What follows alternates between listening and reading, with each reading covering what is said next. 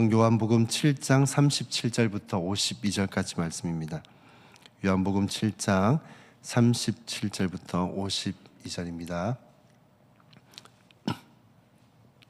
한 목소리로 함께 봉독하도록 하시겠습니다.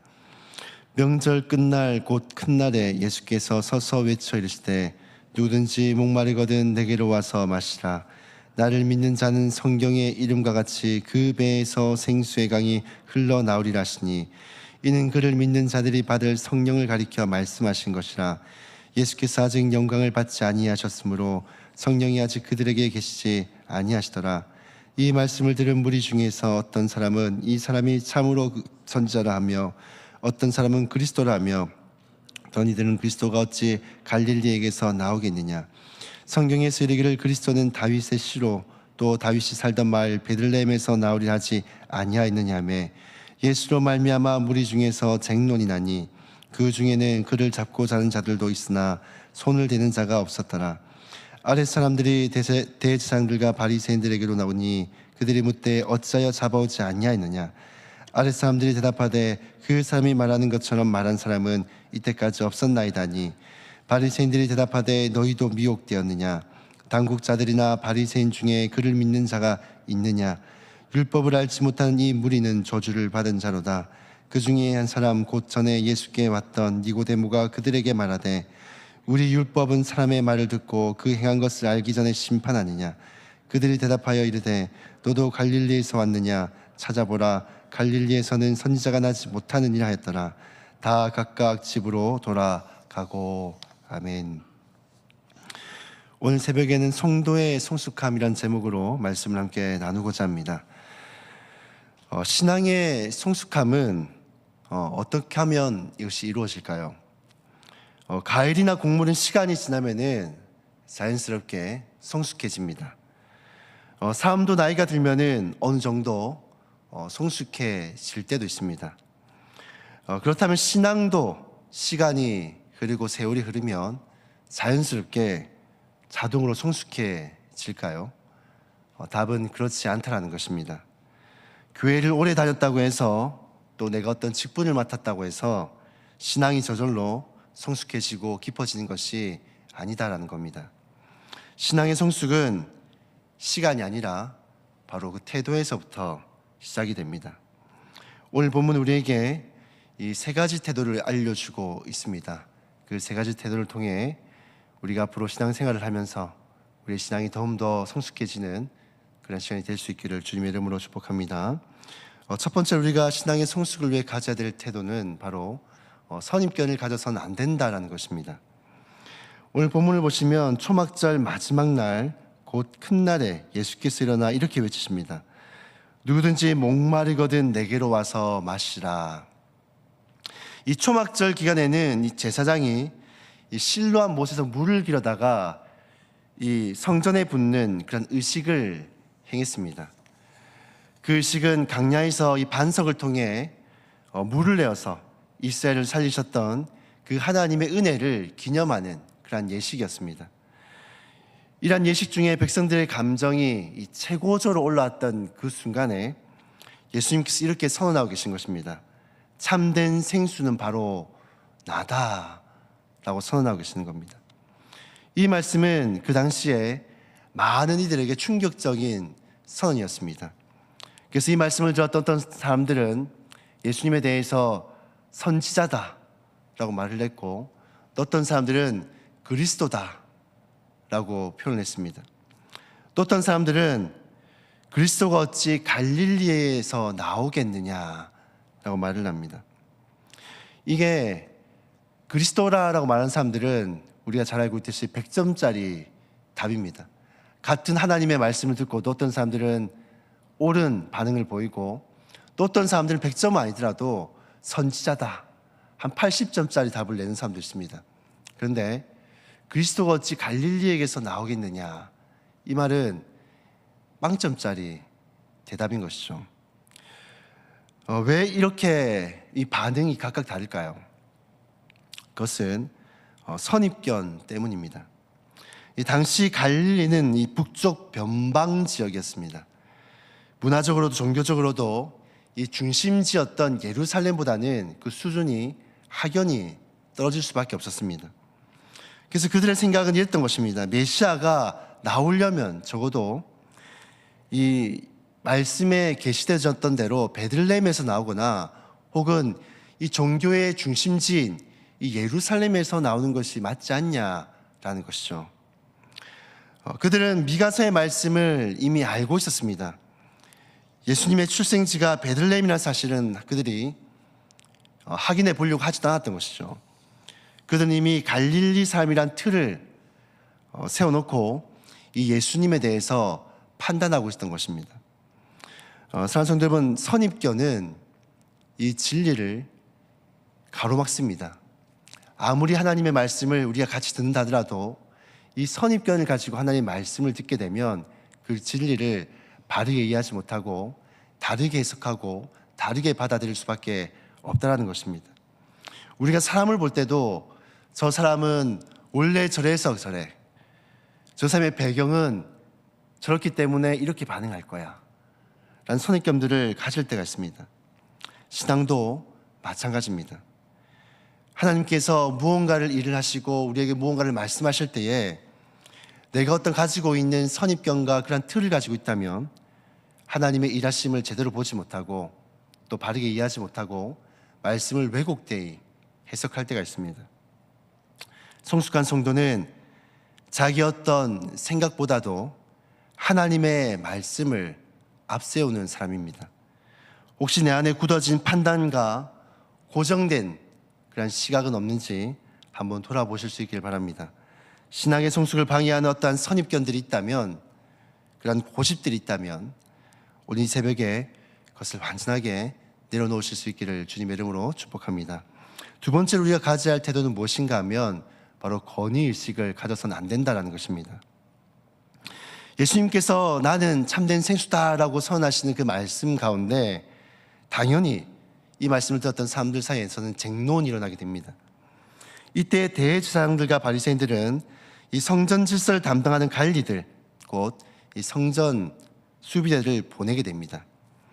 본문에서는 이들을 향해서 어떻게 설명하고 있냐면 바로 아래 사람들이라고 설명을 합니다.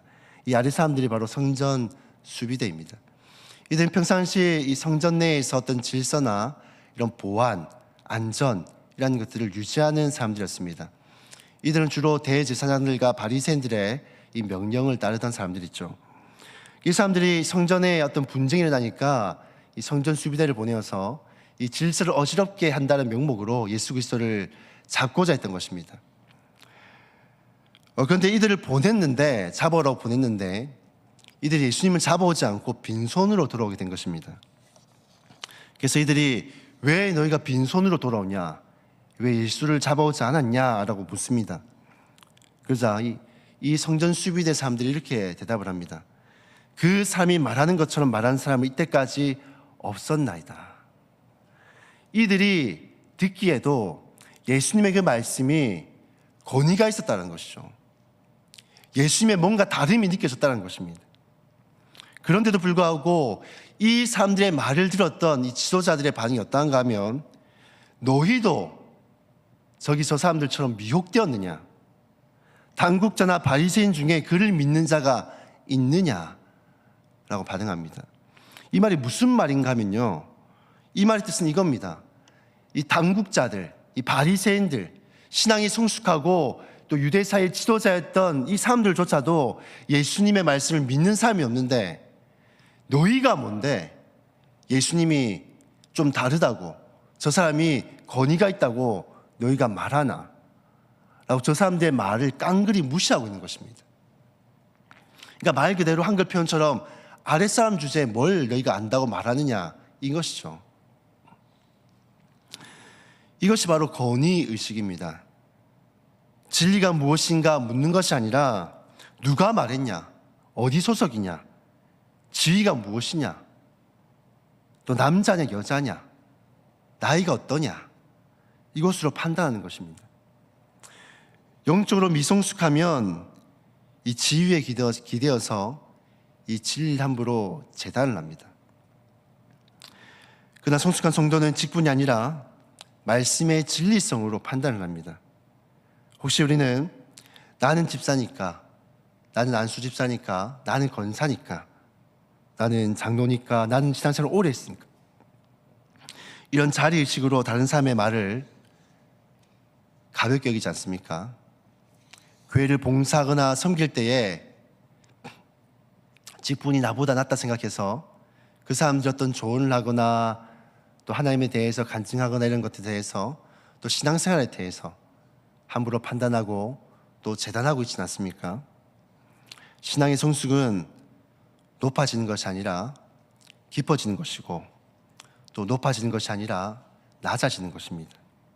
권위의식은 사람을 교만하게 만들지만 성숙한 사람은 자신을 겸손하게 낮추는 사람입니다. 저는 우리 세강교회 성도님들이 직분을 내세우는 교회가 아니라 말씀 앞에 함께 무릎 꿇는 그런 교회가 될 수 있기를 바랍니다. 이 교회의 어떤 권위가 오직 하나님의 말씀이 될 수 있기를 주님의 이름으로 축복합니다.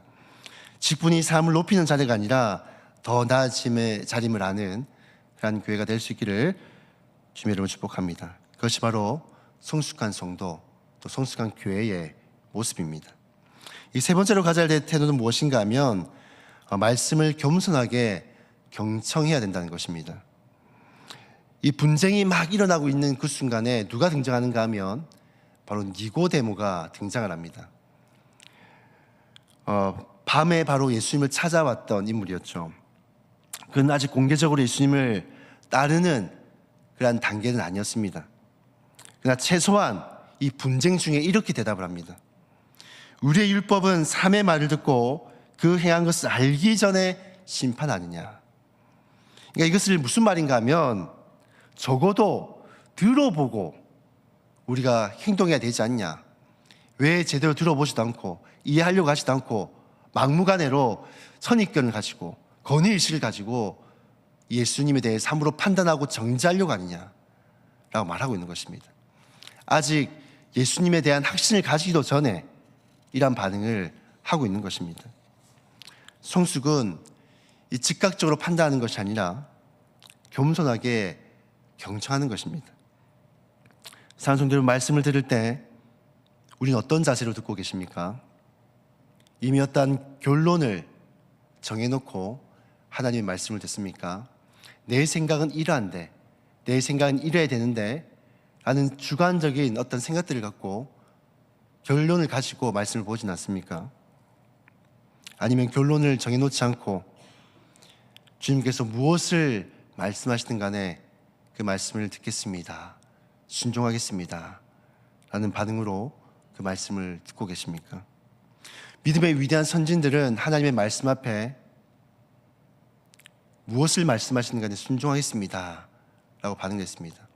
모세가 가시떨기 나무 앞에서 자신의 신발을 벗어놓고 그 무릎 꿇었던 것, 그것은 무엇을 말씀하시든 간에 듣겠습니다는 종의 자세였습니다. 또 사무엘도 마찬가지였습니다. 사무엘도 하나님의 부르심 앞에 무엇이라 반응합니까? 주여 말씀하옵소서, 주의 종이 여기 있나이다. 그 말은 하나님 무엇을 말씀하시든 간에 순종하겠습니다 라고 반응하고 있는 것입니다. 성숙한 신앙의 자세는 바로 하나님께서 무엇을 말씀하시든 간에 듣겠습니다, 순종하겠습니다 라고 그 말씀 앞에 순수하게 반응하는 그런 태도입니다. 하나님은 교만한 자를 대적하시고 겸손한 자에게는 은혜를 주십니다.